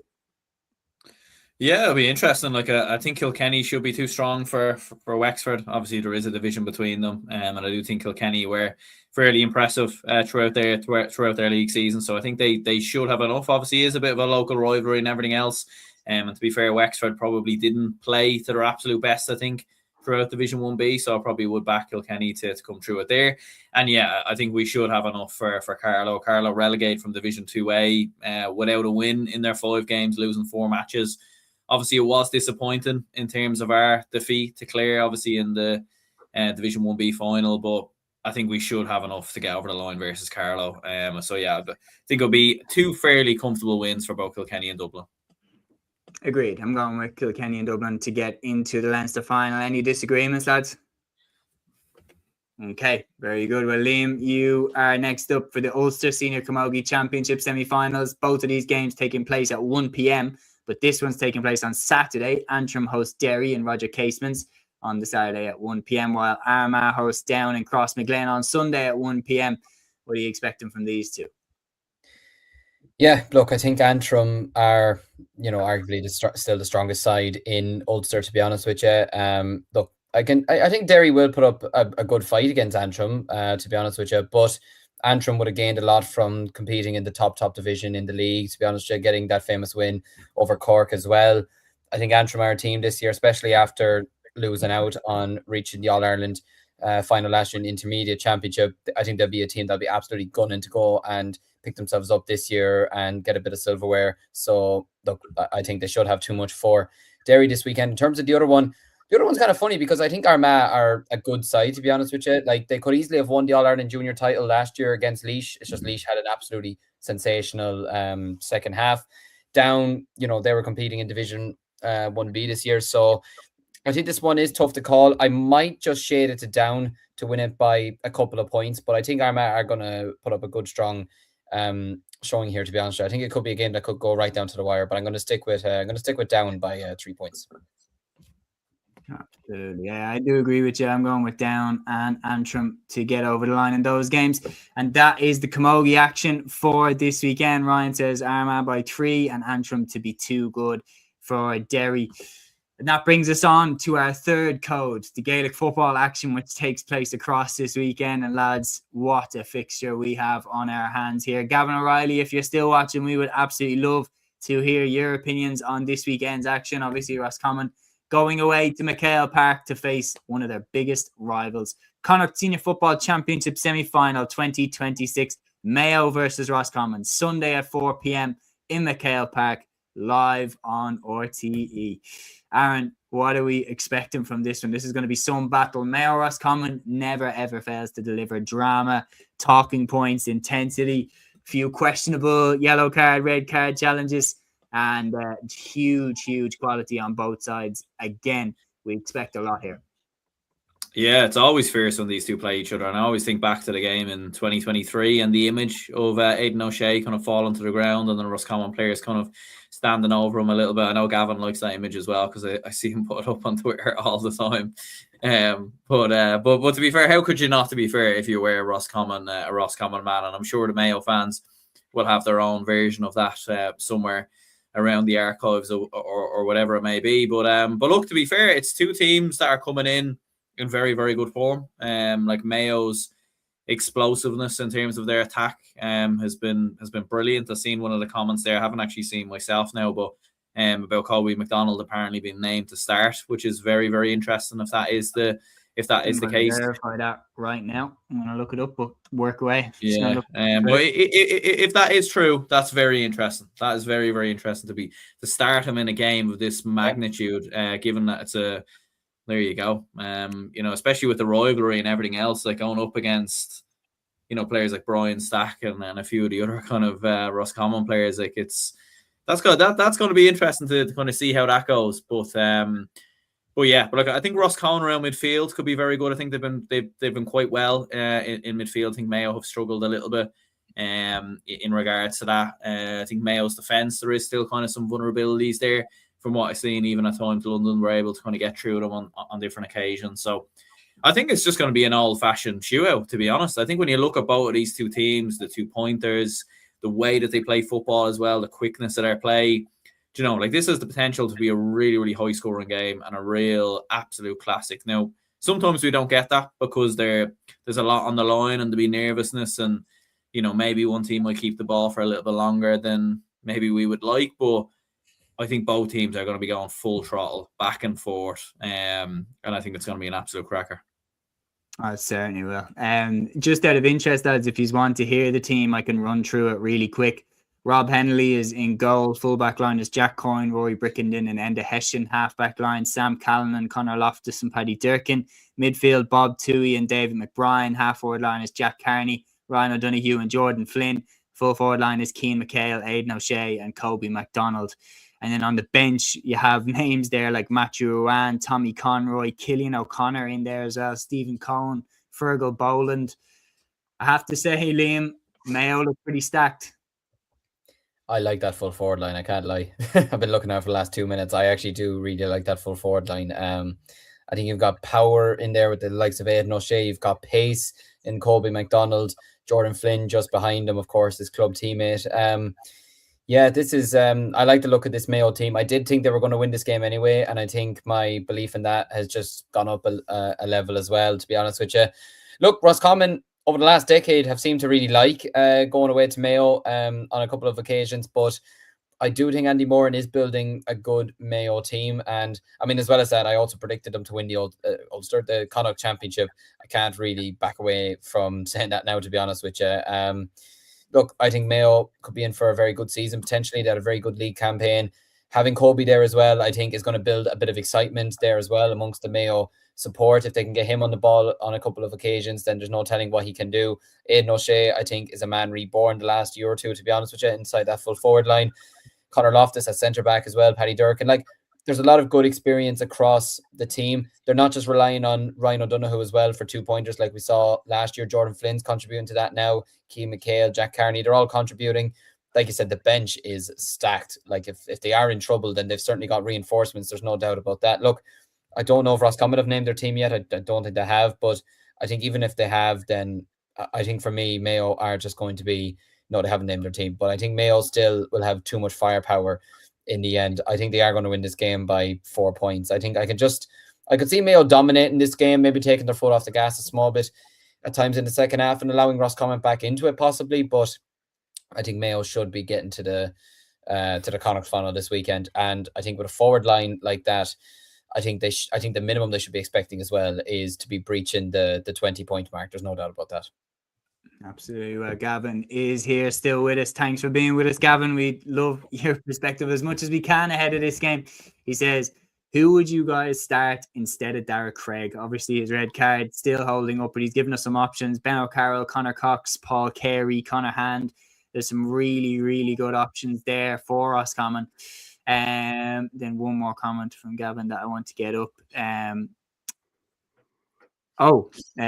These guys saying Mayo and Roscommon playing the under-20 final on Wednesday, so it'll be interesting to see if Kobe is used and how long. Then Killian, the football genius, of course, guest on the pod plenty of times, says looking forward to a sunny and Enniskillen lads, Creeley, Callum O'Neill, Murnan, all injured, so midfield is severely weakened, but we should still have enough for booking another semi-final. And Sean here says, I predict Mayo to win, but Mayo's record at home isn't good in the championship. And apparently we're looking for a low attendance due to terrible ticket prices, which is another thing that a lot of people are talking about. But I suppose, Matthew, we'll go straight to Gavin's direct question. Who would you put in instead of Derek Craig? Probably Ben O'Carroll, to be honest with you. Like he does have that explosiveness about him. He's a good player, shown at the club level at times for Bridget's. But like Derek Craig's been in such good form this year that it's kind of hard to replace him no matter who you do it. Like Paul Carey's a good player as well, but So is Conor Hand. Like, they're all very good players, but Dara's been in such brilliant form this year that it's such a hard player to replace. And Mayo have most of their players available. Obviously, Kobe, worth noting, against London, they put up a ridiculous cricket score. They didn't have Kobe that day. They didn't have Darren Byrne. They didn't have Jordan Flynn starting. Like they still absolutely polarised London that day, other than a London player, Jim Davis, scoring a lot of 2-pointers that day. But Mayo looked very, very impressive going forward that day in Royce, to be honest with you. And I know they have a terrible home record against Roscommon. Ironically, Roscommon always seem to go to MacHale Park and beat them. Remember 2019 and remember 2023 in particular. But yeah, I just feel like Mayo would have learned from those lessons. And Andy Moore seems to be getting a tune out of these players. And Darrell Craig being missing for Roscommon and Kobe being back from Mayo, I think that could be the grain of rice. I think that's more than a grain of rice. Those two players are absolutely world class, both of them. Yeah, it is a difficult one to call. Is it a case that, like, with the new rules and the way that both of the sides are playing, I know that it's the second year of the new rules, but growing up, I always looked at Roscommon and Mayo as being the type of game that, even though both sides were absolute, like, class sides and they had unbelievable players on both teams, the likes of Enda Smith, the likes of Donny Shine over the years, the likes of Kieran MacDonald over the years, no matter what, it would always turn into a pure arm wrestle, and it would always be whatever side wanted it more on the day usually would get over the line. Both sides this year, you mentioned, Matthew, how open Mayo's defence has looked at times. Roscommon's defence also was at sea the last time they played Mayo in the final round of the league. Could this be a bit of a game where we see both sides just try and outscore each other in this one, Aaron, maybe more so than previous meetings? I think so, yeah. Like, just especially how the rules have gone. Like, it probably wasn't like that a couple of years ago. And I think as well, like, both managers have changed their styles. The new managers that have come in for both these two counties have changed their styles quite significantly. Like, Mayo were very much a running team under Kevin McStay. They were trying to run the ball through the middle. They were passing from side to side. I think Roscommon were very much overcoached under Davy Burke as well. They were trying to, like, create the most perfect score every time, and they would try and take the sting out of teams, which worked in the old setup, in the old rules to a certain extent. But I think under these new rules now, as we saw with many of great teams of last year, that you need to shoot quickly. You need to create chances quickly. The more opportunities and the more chances you can create, the more likelihood you will have of winning the game. And I think we saw that even with Meath at times last year, who were brilliant at doing that in particular. So, and that's what we saw with Roscommon's explosiveness, really, in terms of in the league. But Mayo are brilliant at that as well. I think they scored 7 2-pointers, I think it was, against London, or 6 2-pointers or something like that. Like, they are brilliant in terms of 2-pointers. I don't think there was a team that scored more 2-pointers than them in Division 1 in the league. Matthew will correct me on that if I'm wrong, but I'm pretty sure in the league phase anyway, discounting the league final. So, like, they have a huge amount of explosiveness. So it does have the makings of a game that will be back and forth. Look, maybe it might be, our man Tyrone, you've seen how cagey that was to begin with at the start. Obviously, it is big rivals. It might take a bit of a while to get going, but I think once this does get going, it's gonna be brilliant. Yeah, it's going to be absolutely savage. Well, I have the poll up as well. Ryan Gallagher saying we can't let Mayo get some momentum. Get your votes in now. Vote 1 into the live chat if you think that Mayo are going to win. Vote 2 into the live chat if you think that Roscommon are going to win. I'll be fascinated to see how this one is divided. Liam, the lads have done a lot of chat about kind of how they see the game going and everything like that. Guys, the poll will still be active. I'm going to hide it, but it will still be active. So throw 1 into the live chat if you think Mayo are going to win, or 2 into the live chat if you think Roscommon are going to win, to cast your vote. And then I'll bring it back up at the end when we have all given our votes. Liam, I suppose the big question is, where are the key areas this game is going to be decided this time? I think the battle between the Mayo forwards and the Roscommon backs, to be honest with you. And I think in particular in the full back and the full forward line, because I just think that Mayo full forward line that's been named is because you have Aidan O'Shea, who's the experienced head in there, who's able to catch a load of ball. even his shooting over the last year or two has improved a lot, in my opinion. His link-up play has gotten so much better. Well, it's always been good, to be fair, but I think it actually has improved a small bit over the last year or two as well. Whether that's been something he's been working on or been coached into, I'm not sure. But he has runners off him now as well, which is going to be a massive, massive boost. I could see sort of like, probably a weird comparison, Eden Hazard loved playing with Olivier Giroud at Chelsea, because Giroud was like the focal point up there, but he allowed Hazard to sort of play his own game. There was a good link up there. Giroud, the same way that Mbappe at the World Cup, Giroud was the perfect striker for Mbappe to sort of explode into life. And I think that's going to be similar with Kobe and MacHale at corner forwards this weekend with Aidan O'Shea in there. And I think that's just going to have too much for the Roscommon defence, to be honest with you. And especially when Roscommon at the moment don't even know what their full back line is going to be to you. So, well, maybe they do. They're just hiding it from us. Obviously, maybe not naming their... Like, to be fair, it is strange. I'd hope they know now. To be fair, it is strange, like, for a team to be naming their team 3 days out, I suppose, when it is, it's not until Sunday and it's at 4:00. But look, I think Mayo... changes, though, man. I could see Dara Byrne coming in to start. I could see Ruan coming in to start possibly as well. But like, they're not weakening the team. Do you know what I mean? They're not weakening it by any stretch of the imagination, especially now Matthew Rowan, to be honest with you, which I'm actually thinking to it now. Probably surprised that he's not starting, but I suppose Mayo's squad at the moment is very, very strong. But I think it's the battle between the Mayo full forward line and the Roscommon full back line, and I do think Mayo is going to win that battle come Sunday. Sorry, Gav. Do you think Mayo are going to win? Mayo by 4 points. Okay, one vote in for Mayo from us lads, and Mayo also winning the live poll, as you can see there, 60% to 40%. Matthew, I'll go to you next. What are you going for? Yeah, I'll go for Mayo, simply because obviously the big players are coming back in, the way they press, even without their main players against London as well. And the Darragh Craig being missing for Roscommon, I think, is a huge blow to them. So I'm going to go for Mayo. Aaron, what are you thinking? Yeah, I'm going to go for Mayo as well. I think they just have a little bit more firepower than Roscommon, obviously, without there being Darragh Craig as well. Like, that is a big miss from a Roscommon perspective. So yeah, I'm going to go for Mayo by 5 points. I'm sorry, Gavin. I'm going for Mayo as well. It's my reason for going for them, and I'm sure it's the same with you lads as well, is we all picked Mayo to win Connacht.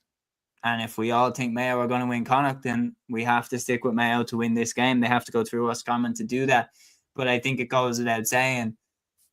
Personally, lads, I don't know what you think, but personally, I think if Mayo are going to not win Connacht, I think this is where they fall. I think Roscommon could absolutely turn them over here. I just think you're looking at, as Matthew was saying there, the grain of rice, which is more like a bag of rice. I mean, losing Darragh Craig at the same time that Mayo get Kobe back into the side, at the same time that they have the likes of Cillian O'Connor, Tommy Conroy, Dara Burns named on the bench anyway. But to be missing a player the quality of Darragh Craig in a game which is going to be as tight as this, I think that might be just enough to tip it in the scale of Mayo. And I'm going to go for Mayo to get over the line in this one. So we've gone for Mayo. Ryan's gone for Roscommon, 318 to 122 after extra time. Gavin says, written off like Westmeath, won't complain in the slightest. Absolutely. It is kind of a year where you just cannot predict what is going to happen. Peg here saying Galway to win 5 in a row. We'll see. Only time will tell. But they have to go through Leitrim first. This one takes place on Saturday at 3:30 in Port Sean McDermott. And this one is live on GAA+. So Leitrim obviously upset the apple cart in MacHale Park in the Connacht Quarter Finals, and that means they get the home draw against Galway on Saturday in Port Sean McDermott. Lads, this one, you do have to say going into it that Galway are the favourites, but I was making this argument. Yes, GAA maths doesn't always add up, but Sligo nearly beat Galway a couple of years ago. It took Rob Finnerty getting a goal at the death to get Galway out of jail. I'm not saying that Leitrim are going to beat Galway. I do think Galway are going to win. But the point is, Liam, it's a free hit for Leitrim. They have nothing to lose in this game. Nobody is expecting them to turn Galway over. If they get them on the hop in Port Sean McDermott, it could get ugly for Galway quickly. I do think Galway are going to win, but I don't think it's going to be an annihilation. Leitrim have earned their place here on merit, going away to MacHale Park and beating Sligo, who got very close to Galway only 2 years ago. Is it bad that I think Galway are going to win by 16 points? So, well, I mean, we see it differently, but I don't think it's going to be 16 points. I'd say probably 8 or 9. I think my only thing with it is, I think Galway were average enough during the league that I think at some point they just have to kick into gear and just say we're better than this. And I think it could come. This could be a game that could come at the wrong time for Leitrim. And look, at the end of the day, Leitrim winning against Sligo was brilliant for the Connacht Championship, and it was brilliant for football, to be honest with you. Obviously not great for Sligo, but you saw what it meant, even seeing the celebrations afterwards that the Leitrim players had. I don't know if you saw it, them singing in the bars and everything. I thought that was absolutely fantastic, and it just shows what winning a game for the likes, of Leitrim, who haven't had a lot of success in the last number of years, say in the Connacht Championship, for them to get that one win is absolutely brilliant. And to see the celebrations afterwards were fantastic. But I just think Galway and Mayo, for me, with obviously the punchline of Roscommon as well, are just such levels above Leitrim, and probably at this moment in time now, probably Sligo again, which is disappointing because I expected Sligo to make a bit of a burst the last year or two, given their underage success, given Kildare Strandhill winning the club championship as well 2 years ago, but it's not really turned out that way at the moment. Look, Leitrim could give it a go. There's no doubt about it. They have a free shot, and even if they get pumped this weekend, I mean, they can still take a lot into the Tailteann Cup. There's no question about it. But I just think Galway, surely this weekend, they got to kick into gear. And what perfect way to do that than get a convincing win in the first round of the championship. So I think this should be a game that Galway should win rather comfortably. But again, if Leitrim could put up a great battle, and if we could get something like what Sligo nearly pulled off against Galway a couple of years ago, where Galway had to win it in the last minute with a goal, then then I think that'd be brilliant for Leitrim and shows such great progress too. Absolutely. Gavin here saying Poacher will be the second best Leitrim manager of all time after Jono if they pull this off. Obviously referencing the great John O'Mahony. Sean O'Malley saying Leitrim are coming into this on a high after upsetting Sligo. Barry McNulty's 2-point threat is definitely real, and with a home crowd at their back, there could be a game on here. A2 going for an unconvincing Galway win. Peg going for a convincing Galway win. Ryan saying last time Leitrim won Connacht, they beat the big three. And also Ryan saying Galway 221, Leitrim 116. Gavin saying I'd go with Galway by 4, like Mayo scrapped Leitrim last year. Sean meanwhile says Galway 225, Leitrim 22 points. The reality is though, Matthew, like when you're looking at, well, actually I'll show this one to you, Aaron, because you were there. It's a year where we're seeing upsets or very, very near misses in the provincial championships, as we nearly saw with Wicklow against Dublin. Home advantage can do a lot, and with the form that the likes of Barry McNulty are in, look, we're all going for Galway, I take it, but how close do you think it's going to be? Yeah, no, like I think, and even to be fair, like we saw with Leitrim against Mayo last year, like Leitrim gave a good account of themselves in that game as well. Like I think Mayo won comfortably in the end, but like it wasn't convincing. And it wasn't. I know maybe it was a different version of Mayo back then, but yeah, like I do expect Leitrim to give a bit of a threat. Like I think Barry McNulty will score a couple of 2-pointers. I think Tom Pryor will play well. Probably depends on what version of Galway that we see. Like if Galway aren't at it and are off the pace, then Leitrim could grow on confidence and everything else. Yeah, look, I'd not to go back to the Wicklow Dublin game because I'm trying to forget about it, to be honest, but like I do think Wicklow are a better team than Leitrim personally, and I do think Galway are a significantly better team than Dublin. So I don't think we will see it. I think Galway are I don't know when the last time they actually played at Park Sean McDermott against Leitrim. I know they obviously played against Armagh recently in that ground, but I think they'll be fine. Even with players that might be missing like Homer or Walsh, like I think they should be fairly okay to win it. I'd say 9-10 points probably, but I also wouldn't be surprised if you check the score and it's 18 points. Do you know what I mean? You wouldn't be surprised either. Yeah, I'll go Galway by 9. Matthew, I'm assuming that you're going Galway as well. Yeah, probably without much fuss, I think Galway will get over the line. But it's quite interesting to look at the starting lineup for Galway and the bench. Like you've Cian Darcy actually named at number 14, which is quite interesting. Are Galway playing like a tactic in trying to put Cian Darcy in the square and trying to lob balls into him? To be fair, their midfield isn't too bad with John Maher and Paul Conroy starting. So like they can afford to put Cian Darcy. So many midfielders, don't they? Yeah. They do. Don't even have Killian McDade, Peter Cook. McDade's at number 12 as well. Okay. So he could join in the fray. But yeah, it's absolutely brilliant. And then, interestingly, on the bench, number 22, Shane Walsh, number 26, Damien Comer. Will we see them this Saturday? Be very interesting to see that. Obviously, it's the Sean Kenny and Kieran Malloy on the bench as well. So Galway do have a stacked bench if things go wrong, of course. So yeah, I think Galway will win the game.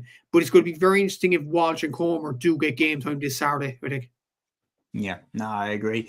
Matthew, I'll go straight back to you, though, for this one, because we're going to see the All-Ireland finalists and back-to-back Ulster champions kick off their defence this weekend. They host Down Sunday at 3 p.m. in O'Donnell Park in Letterkenny. This game live on GAA+, the league champions, of course, kicking off their championship campaign. Can they achieve an incredible feat? I mean, we were talking about Jim has never done 3 in a row Ulster titles. This is the first step on that path to try and achieve that. And after their win against Kerry in the league final, everybody will be expecting them to do so. Well, it's not just Jimmy, it's obviously Donegal, the county. They've never done 3 in a row in Ulster either. And that's why I have my doubts in terms of them winning. Obviously, they won the league final. It was a brilliant win for them. They're probably All-Ireland favourites at this present moment. We'll get out to Kerry in a sec, but look at Kerry's injuries. You have to fancy Donegal to win the All-Ireland this year. Look at form and things like that. But I think this has the potential to be game of the weekend because, as I said at the start of the show, the ramifications for this, because of Westmeath winning over Meath last week in the Leinster Championship, Down need to get to the Ulster final now if Westmeath are to beat Kildare, which spoiler alert for next week's podcast, I do think Westmeath might get over the line against Kildare next week. So Down have to win this weekend to stay in the Sam Maguire Cup. Form book, I don't think they will because Donegal are just too strong. They are Division 1 champions for a reason. They're performing well, even without the likes of Michael Murphy and Oisin Gallup for the majority of the league. They perform very, very well. But this Down team has a lot of quality in it. Oran Murdoch, Pat Averin, Caleb Doherty at wing forward. Like, they do have some very, very good players. The question mark about Down is, can they get a big, big scalp? I know last season they showed a lot of promise. They beat sides like Cork. They beat sides like Louth last year in League and Championship.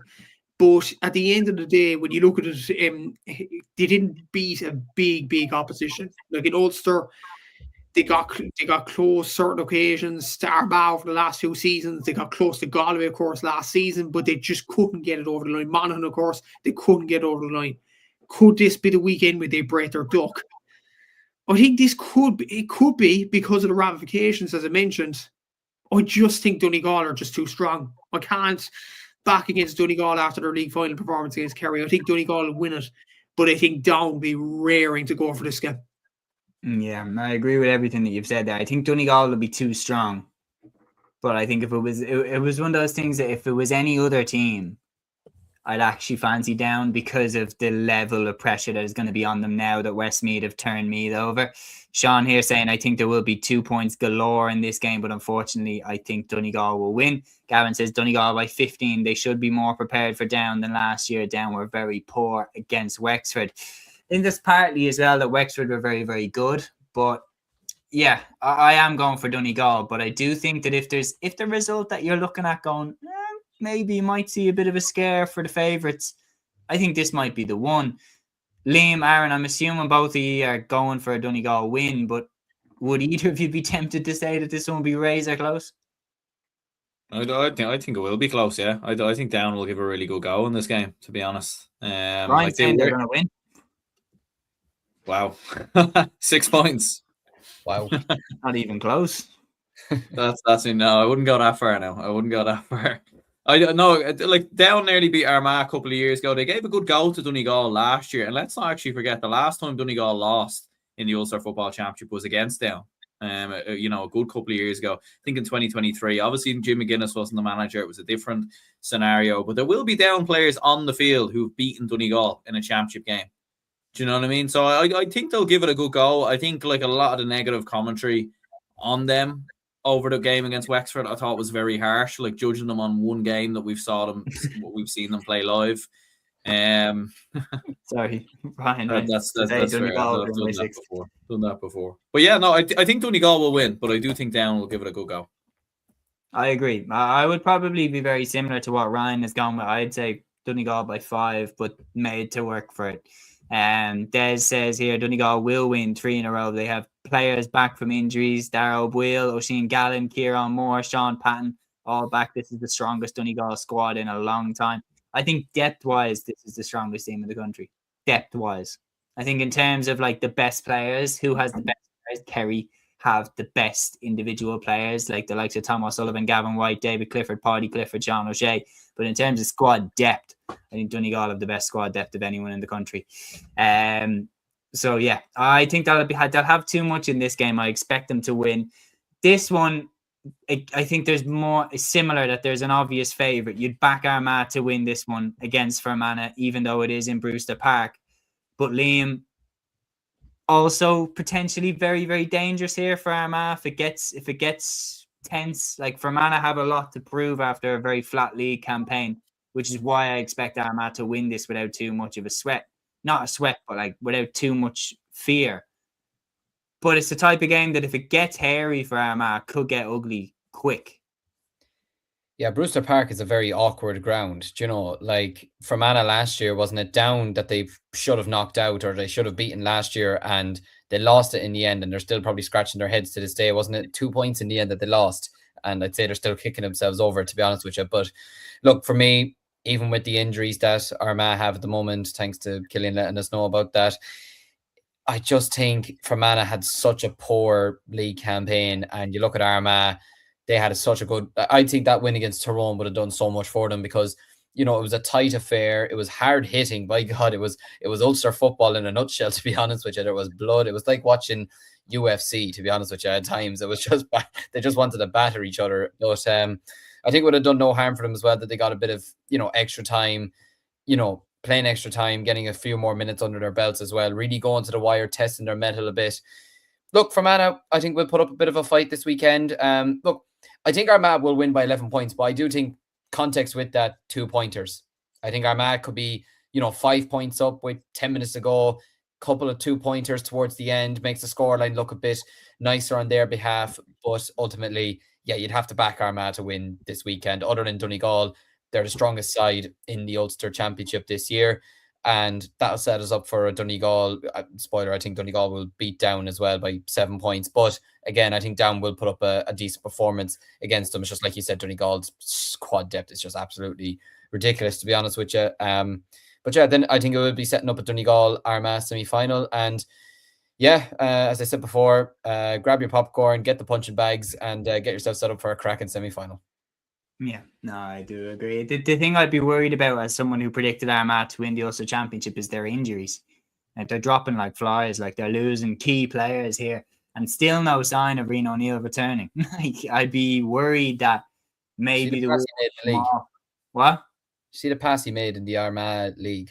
Yeah, I'm just like, getting back in, geezer. What are you waiting for? You just see like the Undertaker coming in, like dong. He's making his way out. Like, I could see something like that. But yeah, bring back Rian and bring him back soon, to be honest, if you want to win this Ulster Championship. At 226 for Fermanagh, 16 points is what Sean is going with. I'm assuming, lads, you are agreeing Armagh to beat Fermanagh in Brewster Park. And if so, Matthew, I'll come to you next. You said you're going to this game, Tipperary versus Cork, Saturday at 2 p.m. in Semple Stadium. And then on the other side of the draw, Clare are hosting Kerry Saturday at 2 p.m. in Port Keysog. This one live on GAA+. What are you expecting from the Munster Senior Football Championship semi-finals? Two obvious favourites, obviously, with Cork and Kerry. But I seen a clip from Smaller Fish GAA before going on here, and it has concerned me. He said, we talked about Armagh with injuries dropping like flies. Colin Parkinson mentioned that Kerry have injuries dropping like flies. The likes of Paddy Clifford, Sean O'Shea is injured at this present moment, Joe O'Connor's injured. And Colin Parkinson said this at the end of the clip: they'll do well to beat Cork in the Munster final. I'm like, you're putting pressure on Cork now, Colin. Please. But, no, the hype train's gone from the hurlers to the footballers now. It has,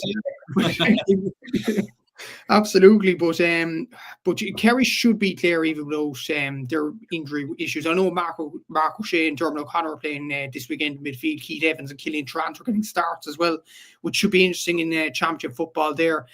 But my question about Kerry, well, they'll win this weekend because I don't rate Clare. I honestly don't. But I think Kerry, the question marks is about their defence and how they've recovered from that Donegal game in Croke Park and how open they were against Donegal, especially at fullback. And they have to sort those issues. And a lot of people might have argued maybe before the All-Ireland series, okay, I might be hyping up Cork now, but even before the Munster final, like Cork could bloody Kerry's nose in the Munster final if it comes to that stage. So Kerry need to, get a grip on things very, very quick before things. I do think Kerry will win Munster in the end. I'm not mad, but look, it's going to be interesting with Kerry and how they will progress and things like that, and how their injuries will clear up. I think Sean O'Shea's at an ankle. Gavin Wise on the bench, but he hasn't really played this year. Paddy Clifford, I don't know when he's going to come back in, but we'll see with Kerry and how it all progresses. As for us, we'll win. We should win against Tip. With the greatest respect, look, Tip were lower end of Division 4. Coincidentally, the last championship meeting between the sides was when Tipperary won the Munster Championship in 2020 for the first time in 8 years.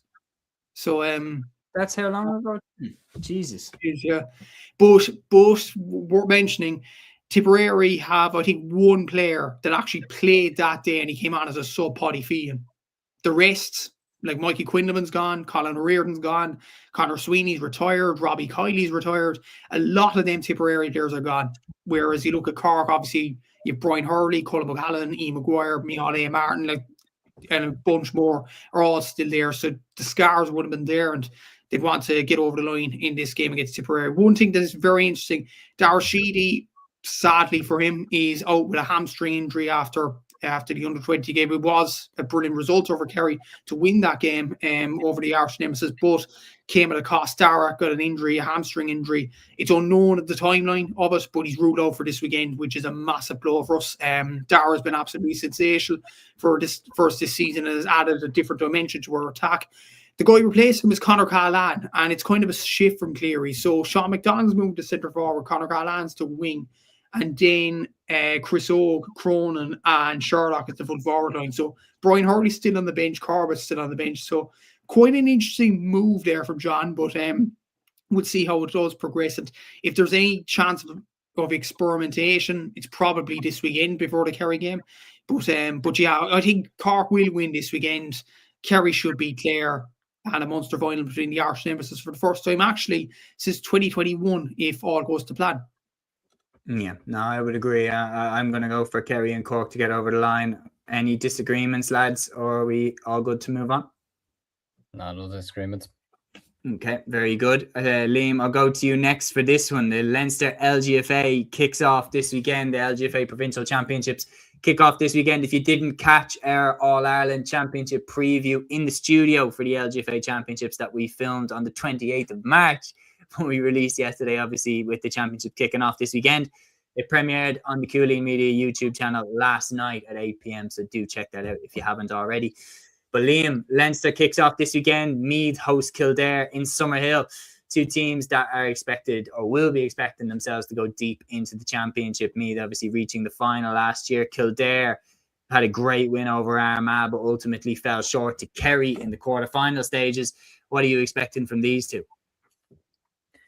Yeah, I mean, I hope it's a better game than what they gave last year, because last year's game when they met in the championship wasn't the best outing. It was wasn't it 7-4 that game ended last year, or was it 8-5? It was one or the other. Yeah, 7-4, but it was shocking conditions. I remember that day. Oh no, it was, and that's the context behind it. But I just hope it's not the same again this weekend. Look, Kildare had a great win over Meath in the league campaign, but I do personally still think that Meath would be still the stronger side. I mean, it was Kildare's only win in the league as well, so probably a bit of context behind that. Whereas, like, it's funny, like, Meath didn't have a great league campaign themselves. I mean, they bet Dublin, but that was about the biggest high that they got, really, to be honest with you. And Dublin themselves didn't even have a great league campaign. So, look, I think Meath should be going into this game this weekend as the favourites, to be honest with you. I think, having home advantage as well is crucial to them. And yeah, look, I think they should be able to get over the line against Kildare. I think they should have too much for them.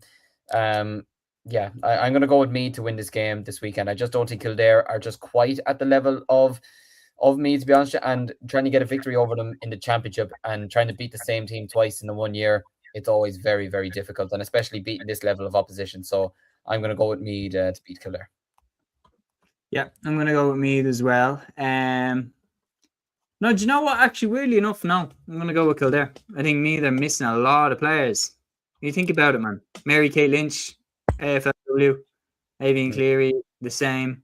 Orla Lally, the same. Not sure about Vicky or Sarah Wall if they're still here.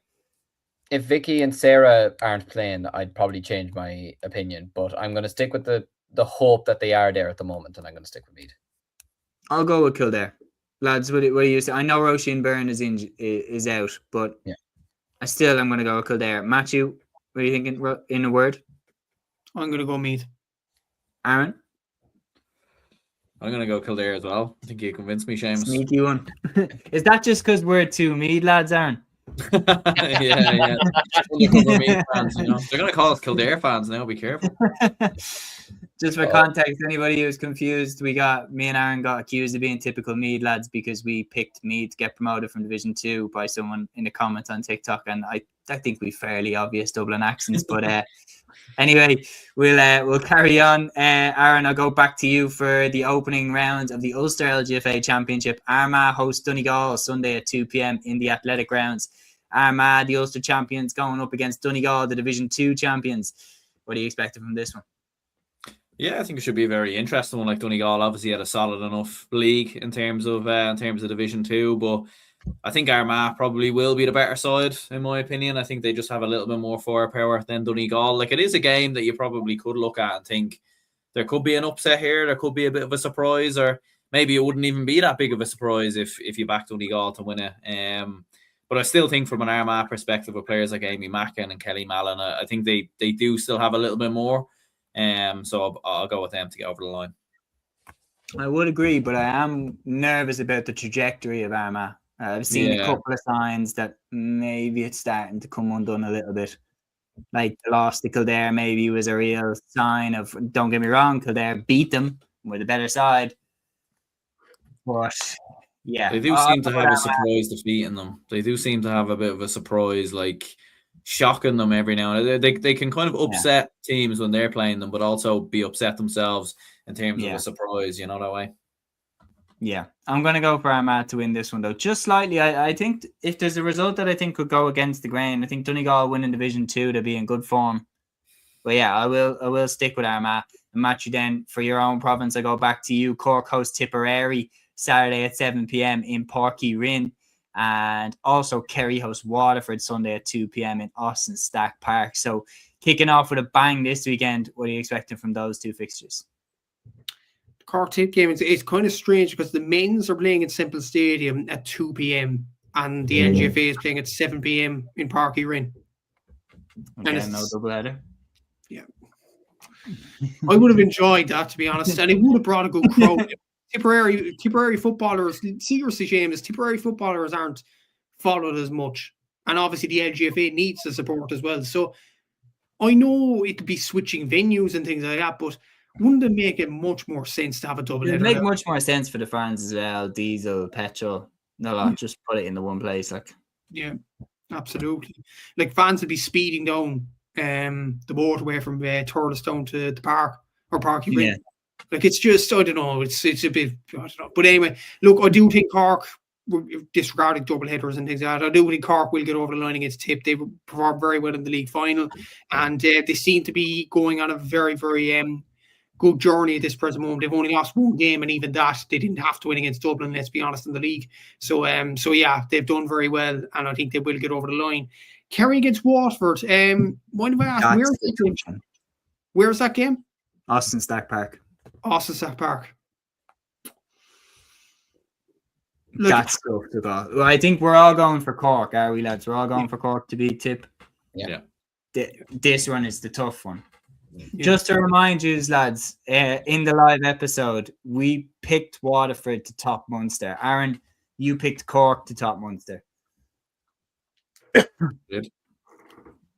But is this the game that spins on? Like Waterford, I feel like they're on better form than Kerry, and their players are performing better. Yeah. Like Kerry do have Shifra, Danielle, Rachel Dwyer. Like, but it's such a tough one to go. I do think, although Liam did mention on one of the pods, Kerry's home form in the league is absolutely dreadful. Yeah. So for that reason, and because of Waterford's form in the league and the players that they have and the form they're on at this present moment, I'll back Waterford. I'll agree. I'll go with the Dacia to make a splash in round one. Liam? I'm going with Waterford. Aaron? Going with the Dacia as well. Okay, look at that. We're on the same page here, boys. Brilliant stuff. We're never going to be welcome back to Kerry again. And if the I'm not welcome anyway. That's all good. And if the predictions go wrong, then we can just say we're past an hour, half hour past an hour 15 in terms of the time. So any prediction we made after an hour 15 doesn't count. We're deep into delusion time at that stage. But yeah, that is another weekend preview show. Thank you so much to everybody who got involved, and especially everybody that got involved in a live chat and the poll. Really, really helped to make that another really enjoyable episode here on Cúilín Media. My thanks to the lads for joining us. Don't forget to check out the live championship preview that we dropped from the in-studio episode series yesterday on the channel. And tune in Sunday night at 8 p.m. where we have our weekend review show where we react to all of the weekend's action. It should be a great episode. Sean saying, great pod, lads. Thank you very much, Sean, for joining us. Thanks to everyone for joining us. See you back here on Sunday at 8 p.m. Until then, Torah. Instinct, baby.